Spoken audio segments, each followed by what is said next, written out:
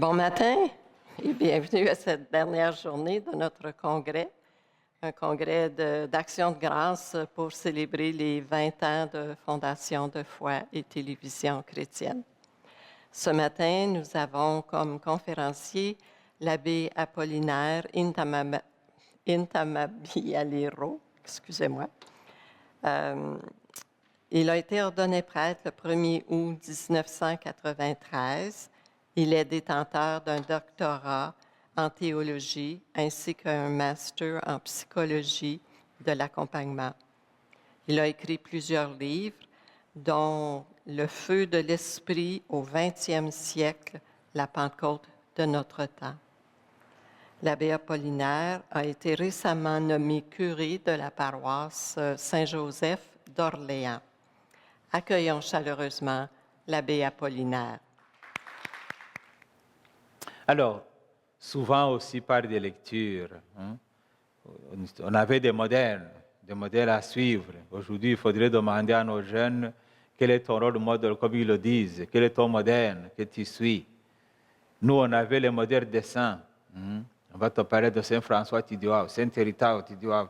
Donc, tu avais des modèles des saints que tu connaissais plus ou moins leur vie, et puis tu essayais de les imiter à ta manière. Mais aujourd'hui, si vous allez voir les rues, surtout ceux qui habitent du côté du Québec, presque toutes les rues, les villes, les villages portent de nos dessins. Et si tu demandes à un enfant qui est Saint-Laurent, il va te dire que c'est la fleuve au Québec, quelque part au Québec. Il va lui dire, mais Saint-Hyacinthe, ah, c'est une des communes du Québec. Donc, connecter le nom à la personne, même, j'ai fait une expérience moi-même en cherchant avec Google. Tu écris le nom de tel saint, ici au Canada, il te donne le village. Il te donne un rue. C'est pour dire que cette dimension spirituelle a comme diminué jusqu'à devenir comme quelque chose qui appartient au passé. Et ça me surprend parfois justement lorsqu'à la télévision tu entends dire oui, mais ça semble la catéchèse de ma grand-mère. Non, c'est une affaire du passé, ça n'a rien à voir avec notre temps d'aujourd'hui. Et pourtant, l'apôtre Paul nous dit, gardez le dépôt de la foi. Pour garder le dépôt de la foi, il faut l'avoir appris quelque part. Et si dans la famille ça ne commence pas, difficilement ça va se développer, mais par la grâce de Dieu, par une rencontre, tout devient possible aussi. Évidemment, quand quelqu'un a acquis la foi adulte, c'est aussi bien. Les personnes qui ont reçu le baptême personnellement, ils ont voulu recevoir le baptême au nom de Jésus, alors ils vont approfondir, comme des personnes qui se convertissent, c'était d'une autre religion, ils deviennent chrétiens ou chrétiennes catholiques. Alors là, tu vas voir qu'il va beaucoup approfondir la foi parce que c'est né d'un désir. Le pape Benoît XVI disait toujours que notre foi se fonde sur le désir. Si tu n'as pas le désir de la foi, alors tu ne grandis pas, tu n'apprécies pas, tu ne développes pas cette dimension qui est vraiment importante. C'est comme tout amour, ça n'est pas un désir. Alors s'il n'y a pas de désir, l'amour ne naîtra jamais. Il faut avoir ce désir qu'il faut bien sûr orienter, mais au départ de tout amour, il y a le désir. Alors la foi étant une rencontre d'amour, il faut qu'il commence par le désir. Il ne faut pas que ce soit un devoir de croire. Pour certains, c'est un devoir, je suis obligé de croire. Non, on n'est pas obligé à aimer ses parents. C'est plutôt naturel. Quand tu dis on m'oblige à aimer mes parents, il y a un problème là. C'est-à-dire que ce n'est pas l'amour, c'est du devoir. Donc l'apôtre Paul, dans cette lettre, insiste beaucoup sur le dépôt de la foi. C'est dans cette lettre où il dit qu'il se trouvait déjà à Rome comme prisonnier, quelqu'un qui attendait la fin de sa mission. C'est une lettre remplie d'émotions. Là, c'était notre aspect aussi, les émotions dans la foi. Avec la pensée de Descartes, ce qu'on appelle le cartésien, on a éliminé, surtout dans l'Église catholique, la dimension des émotions, la dimension émotionnelle de la foi. Alors ça devient comme tout est programmé, tout est structuré. Tout est structuré, tout est sorti qu'il n'y a pas de place pour les émotions. Alors, s'il y a la foi sans émotion, ça ne touche pas le cœur. C'est comme dire, je t'aime, mais je suis insensible à tes gestes. Imaginez-vous un amour sans émotion. Alors, ça va tellement créer une situation de manque de place pour l'évangélisation parce que tout va être comme programmé. Là, je vois que quand je commence à faire l'homélie pendant la messe, il y en a qui tout de suite regardent les horloges. Et souvent, l'horloge est mis devant. Ici, heureusement, il est mis en arrière. C'est bon. Au moins, c'est le curé seulement qui voit quand il prêche. Les autres mettent l'horloge là-bas pour dire, mais il a dépassé 7 minutes, 8 minutes. Alors, imaginez-vous si ton mari te disait, je te permets de m'aimer pendant 8 minutes par jour.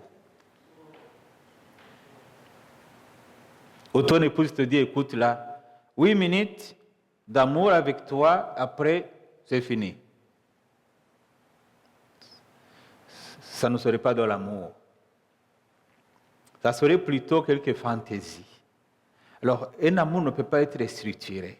Quand c'est structuré, c'est-à-dire que ça manque la dimension essentielle qu'on appelle justement le sentiment, l'émotion. Quand c'est structuré, c'est-à-dire au fond, ça devient rationnel. Donc, on utilise la rationalité, on utilise la raison plutôt que le cœur. Comme vous le savez, c'est un chemin qu'il faut faire. Il faut passer de la tête vers le cœur. Si on ne descend pas dans le cœur, c'est-à-dire que notre vie devient plutôt rationnelle, mais pas relationnelle. Quand il n'y a pas de relation dans nos vies, c'est-à-dire que ça manque l'essentiel. Alors, comme vous le voyez, l'apôtre Paul, lui, il insiste beaucoup sur cet aspect d'émotion. Lorsqu'il écrit cette lettre à Timothée, il est dans une situation difficile où parfois on peut se trouver, parce que beaucoup de ses amis se sont séparés de lui à cause de sa foi et à cause des persécutions. Il y en a qui sont partis pour une mission d'évangélisation. Il nous donne des exemples comme Tychik, comme Crescence, comme Tite, et ils sont partis pour l'apostolat. Ils se sont séparés de lui. Mais il y en a d'autres, comme Démas, il dit, il m'a laissé pour l'amour de son monde. Il y en a qui partent pour l'amour, qui ont abandonné l'Église, pour l'amour des choses de son monde. Il y en a qui ont abandonné l'Église pour les idéologies différentes. Il y en a qui ont abandonné l'Église parce que c'est tellement structuré qu'ils ne trouvent pas de place pour exprimer leurs émotions. Mais il y en a aussi d'autres qui sont détournés de la foi, c'est dans cette lettre, parce qu'ils suivent d'autres doctrines. Et nous savons combien, surtout parmi nos jeunes, beaucoup se tournent vers d'autres doctrines. La doctrine plutôt qui viennent de l'Asie, comme on dit. Même au temps de Paul, on dit ils se sont détournés de la saine doctrine pour se tourner vers la doctrine de l'Asie. Ça, depuis Saint Paul. Alors, il nous dit, il y en a d'autres aussi qui se sont opposés à la foi. Et ça, c'est très fréquent dans nos paroisses. Tu donnes un enseignement, les gens s'opposent parfois publiquement à la doctrine, donc à la vraie foi. Mais il nous dit, seul Luc est encore avec moi. Tout de même, il y en a qui restent attachés à la saine doctrine. Il dit, il ne m'a pas abandonné, ceux qui restent attachés à la doctrine de l'Église et qui ne partent pas parce qu'ils ont compris que le Seigneur les invite à y rester. à rester surtout fixé au dépôt de la foi. Là, on peut se poser quelques questions. Ai-je reçu l'annonce de l'Évangile? Donc, ai-je été touché par la foi, par la proclamation de l'Évangile? Parce qu'après, nous allons voir qu'est-ce que c'est une annonce, quelle est cette annonce-là. Est-ce que j'ai été touché par la foi? Mais quand? Quand est-ce que la foi m'a touché? Quand est-ce que l'annonce m'a touché? Parce que là, la parole qui t'a touché, généralement, tu la gardes avec toi. Dans l'évangile de Jean, au premier chapitre, on nous dit que lorsque Jean et l'autre disciple sont restés avec Jésus, c'était vers 4 heures de l'après-midi. Donc, tu n'oublies même pas le moment où Jésus t'a touché. Là, se questionner, est-ce que j'ai reçu l'annonce? Mais est-ce que je me laisse catéchiser? C'est-à-dire, est-ce que j'accepte d'approfondir ma foi? Est-ce que je me laisse catéchiser?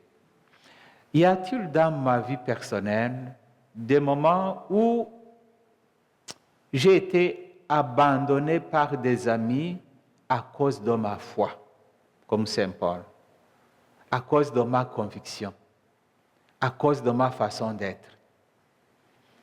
Y a-t-il des moments où les gens s'éloignent de moi parce qu'ils savent que je ne supporte pas tel langage? Là, il faut être comme Paul, dire merci Seigneur parce que j'ai été témoin. Est-ce que je garde le dépôt de la foi dans ma vie? Quel est ce dépôt que j'ai reçu? Alors, pendant ce moment, nous allons méditer ou réfléchir sur tout cela, voir comment est-ce que nous allons demander à l'Esprit Saint de réveiller en nous cette soif de Dieu, de réveiller en nous ce désir de le rencontrer, surtout de faire grandir en nous cet amour qui motive nos activités chrétiennes dans notre vie de tous les jours. Alors, souvent aussi par des lectures, on avait des modèles à suivre. Aujourd'hui, il faudrait demander à nos jeunes quel est ton rôle modèle, comme ils le disent, quel est ton modèle que tu suis. Nous, on avait les modèles des saints. On va te parler de Saint François, tu dis wow, Saint Hérita, tu dis wow. Donc, tu avais des modèles des saints que tu connaissais plus ou moins leur vie, et puis tu essaies de les imiter à ta manière. Mais aujourd'hui, vous allez voir les rues, surtout ceux qui habitent du côté du Québec, presque toutes les rues, les villes, les villages portent de nos dessins. Et si tu demandes à un enfant qui est Saint-Laurent, il va te dire c'est la fleuve au Québec, quelque part au Québec. Tu vas lui dire, mais Saint-Hyacinthe, ah, c'est une des communes du Québec. Donc, connecter le nom à la personne, même, j'ai fait une expérience moi-même en cherchant avec Google. Tu écris le nom de tel saint, ici au Canada, il te donne le village. Il te donne un rue. C'est pour dire que cette dimension spirituelle a comme diminué jusqu'à devenir comme quelque chose qui appartient au passé. Et ça me surprend parfois justement lorsqu'à la télévision tu entends dire oui, mais ça semble la catéchèse de ma grand-mère. Non, c'est une affaire du passé, ça n'a rien à voir avec notre temps d'aujourd'hui. Et pourtant, l'apôtre Paul nous dit, gardez le dépôt de la foi. Pour garder le dépôt de la foi, il faut l'avoir appris quelque part. Et si dans la famille, ça ne commence pas, difficilement ça va se développer, mais par la grâce de Dieu, par une rencontre, tout devient possible aussi. Évidemment, quand quelqu'un a acquis la foi adulte, c'est aussi bien. Les personnes qui ont reçu le baptême personnellement, ils ont voulu recevoir le baptême au nom de Jésus, alors ils vont approfondir, comme des personnes qui se convertissent, c'était d'une autre religion, ils deviennent chrétiens ou chrétiennes catholiques. Alors là, tu vas voir qu'il va beaucoup approfondir la foi parce que c'est né d'un désir. Le pape Benoît XVI disait toujours que notre foi se fonde sur le désir. Si tu n'as pas le désir de la foi, alors tu ne grandis pas, tu n'apprécies pas, tu ne développes pas cette dimension qui est vraiment importante. C'est comme tout amour, ça n'est pas un désir. Alors s'il n'y a pas de désir, l'amour ne naîtra jamais. Il faut avoir ce désir qu'il faut bien sûr orienter, mais au départ de tout amour, il y a le désir. Alors la foi étant une rencontre d'amour, il faut qu'il commence par le désir. Il ne faut pas que ce soit un devoir de croire. Pour ce test, un devoir, je suis obligé de croire. Non, on n'est pas obligé à aimer ses parents. C'est plutôt naturel. Quand tu dis on m'oblige à aimer mes parents, il y a un problème là. C'est-à-dire que ce n'est pas l'amour, c'est du devoir. Donc l'apôtre Paul, dans cette lettre, insiste beaucoup sur le dépôt de la foi. C'est dans cette lettre où il dit qu'il se trouvait déjà à Rome comme prisonnier, quelqu'un qui attendait la fin de sa mission. C'est une lettre remplie d'émotions. Là, c'était notre aspect aussi, les émotions dans la foi. Avec la pensée de Descartes, ce qu'on appelle le cartésien, on a éliminé, surtout dans l'Église catholique, la dimension des émotions, la dimension émotionnelle de la foi. Alors ça devient comme tout est programmé, tout est structuré. Tout est structuré, tout est sorti qu'il n'y a pas de place pour les émotions. Alors, s'il y a la foi sans émotion, ça ne touche pas le cœur. C'est comme dire, je t'aime, mais je suis insensible à tes gestes. Imaginez-vous un amour sans émotion. Alors, ça va tellement créer une situation de manque de place pour l'évangélisation parce que tout va être comme programmé. Là, je vois que quand je commence à faire l'homélie pendant la messe, il y en a qui tout de suite regardent les horloges. Et souvent, l'horloge est mis devant. Ici, heureusement, il est mis en arrière, c'est bon. Au moins, c'est le curé seulement qui voit quand il prêche. Les autres mettent l'horloge là-bas pour dire, mais il a dépassé 7 minutes, 8 minutes. Alors, imaginez-vous si ton mari te disait, je te permets de m'aimer pendant 8 minutes par jour. Ou ton épouse te dit, écoute là, 8 minutes d'amour avec toi, après, c'est fini. Ça ne serait pas de l'amour. Ça serait plutôt quelque fantaisie. Alors, un amour ne peut pas être structuré. Quand c'est structuré, c'est-à-dire que ça manque la dimension essentielle qu'on appelle justement le sentiment, l'émotion. Quand c'est structuré, c'est-à-dire au fond, ça devient rationnel. Donc on utilise la rationalité, on utilise la raison plutôt que le cœur. Comme vous le savez, c'est un chemin qu'il faut faire. Il faut passer de la tête vers le cœur.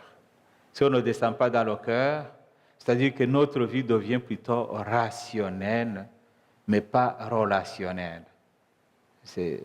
Quand il n'y a pas de relation dans nos vies, c'est-à-dire que ça manque l'essentiel.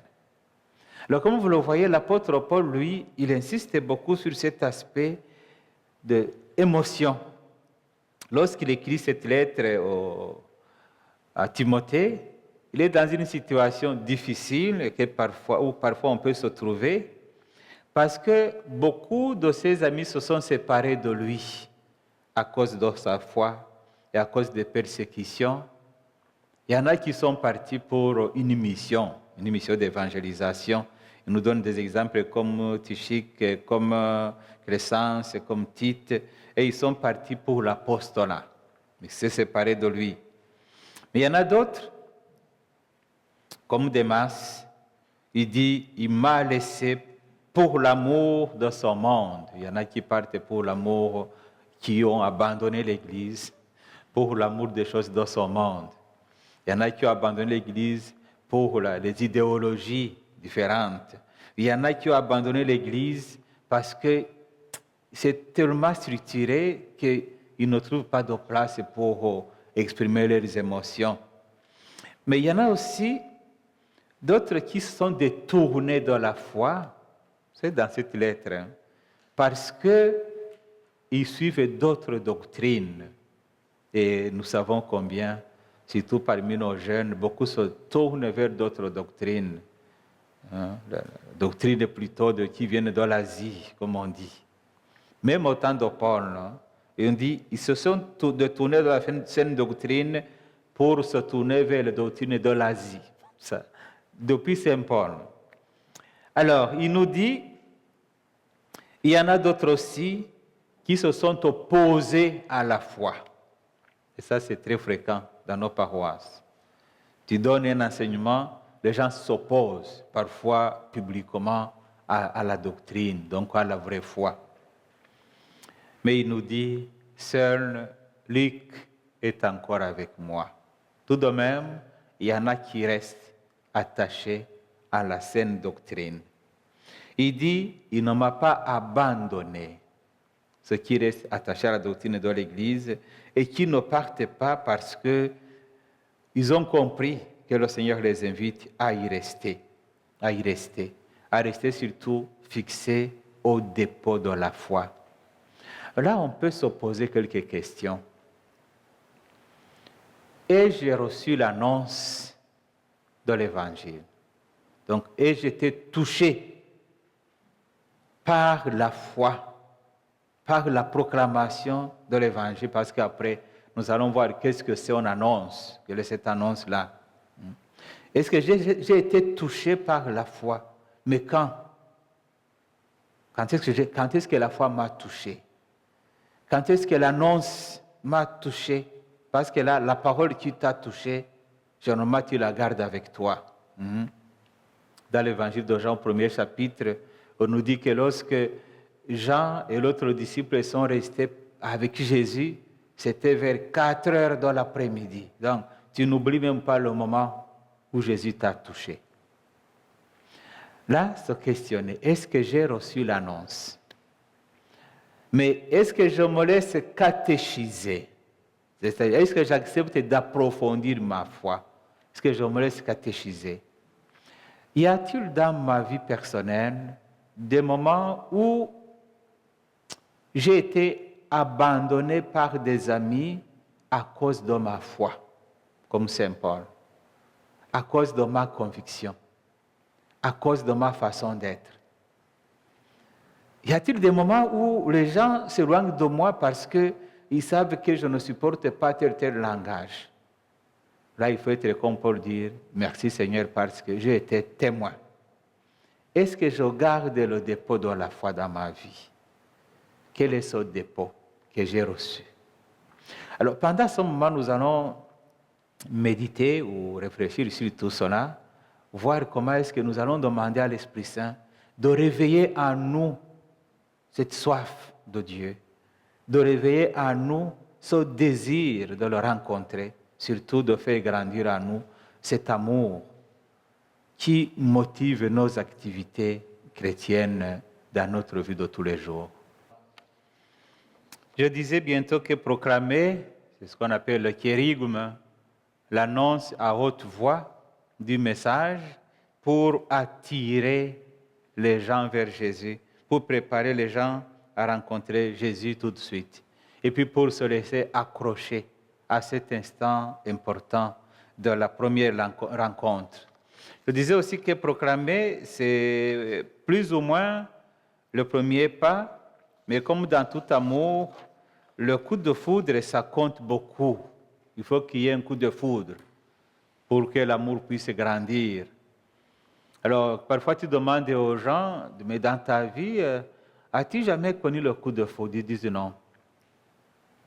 Alors, s'il n'y a jamais eu, peut-être il faut le demander. Mais quand vous êtes ensemble 25 ans, je pense que c'est très difficile. Mais les premiers moments de la rencontre sont vraiment très, très importants pour développer en nous ce coup de foudre. Le coup de foudre des disciples d'Emmaüs. Luc chapitre 24, verset 32. Ils se dirent l'un à l'autre, notre cœur n'était-il pas brûlant en nous, tandis qu'ils nous parlaient sur la route et nous ouvrir les Écritures. Avoir un cœur brûlant d'amour. Avoir un cœur brûlant d'amour. C'est à cela que sert l'annonce. Il faut qu'une fois que la parole est proclamée, ton cœur se sente comme touché, comme soulevé. Dernièrement, il y a une dame qui me disait, c'était pendant la confirmation des enfants, et puis son enfant était confirmé. Puis après, elle m'a téléphoné, elle a dit, je vais te dire une chose. Hier, pendant la messe, quand il faisait l'homélie, je sentais des frissons. Oui, j'ai eu des frissons quand elle a dit. Je sentais des frissons. Je ne sais pas qu'est-ce qui se passe. C'est le Saint-Esprit qui t'a touché. Le Saint-Esprit sait comment il s'arrange pour toucher les cœurs. Alors, si ton cœur n'a jamais été touché, c'est le temps de demander d'avoir ce cœur brûlant d'amour. Lorsque les disciples d'Emmaüs, ils ont eu un cœur brûlant d'amour, ils se sont dit, on retourne tout de suite à Jérusalem pour dire aux autres, il est vraiment ressuscité, il est vivant. Qui a eu un cœur brûlant d'amour ne peut pas se taire. Il doit toujours proclamer qu'est-ce qu'il a vécu. C'est important de se dire, est-ce que je me tais quand j'écoute la parole de Dieu ou j'ai envie d'en parler après? On pourrait poser la question le dimanche. Combien de paroissiens et de paroissiennes, en sortant de l'église, vont continuer à parler de Dieu? Parce que si tu es là pour une simple présence ou pour faire quelque chose, alors en sortant, tu ne sais pas même, tu n'as aucun message, tu n'es pas là pour ça. Et tout ce qui se passe avant te retarde. C'est intéressant parce que parfois les paroissiens sont sincères. Il y a un monsieur qui m'a dit, écoute, moi quand je viens à la messe, c'est pour la collecte. Alors mon rôle là, c'est pour passer la quête. Alors ce qui se passe avant, quand ça dure longtemps, ça me fatigue. Parce que mon rôle n'était pas vraiment de venir prier. Je suis bénévole, et dans mon bénévolat, je viens pour faire passer la quête. Alors je me disais dans mon cœur, imaginez-vous pour quelqu'un qui vient pour donner la communion, seulement. C'est-à-dire qu'au fond, toute la messe pour lui, c'est très long, jusqu'à ce qu'on arrive à dire, maintenant on va donner la communion.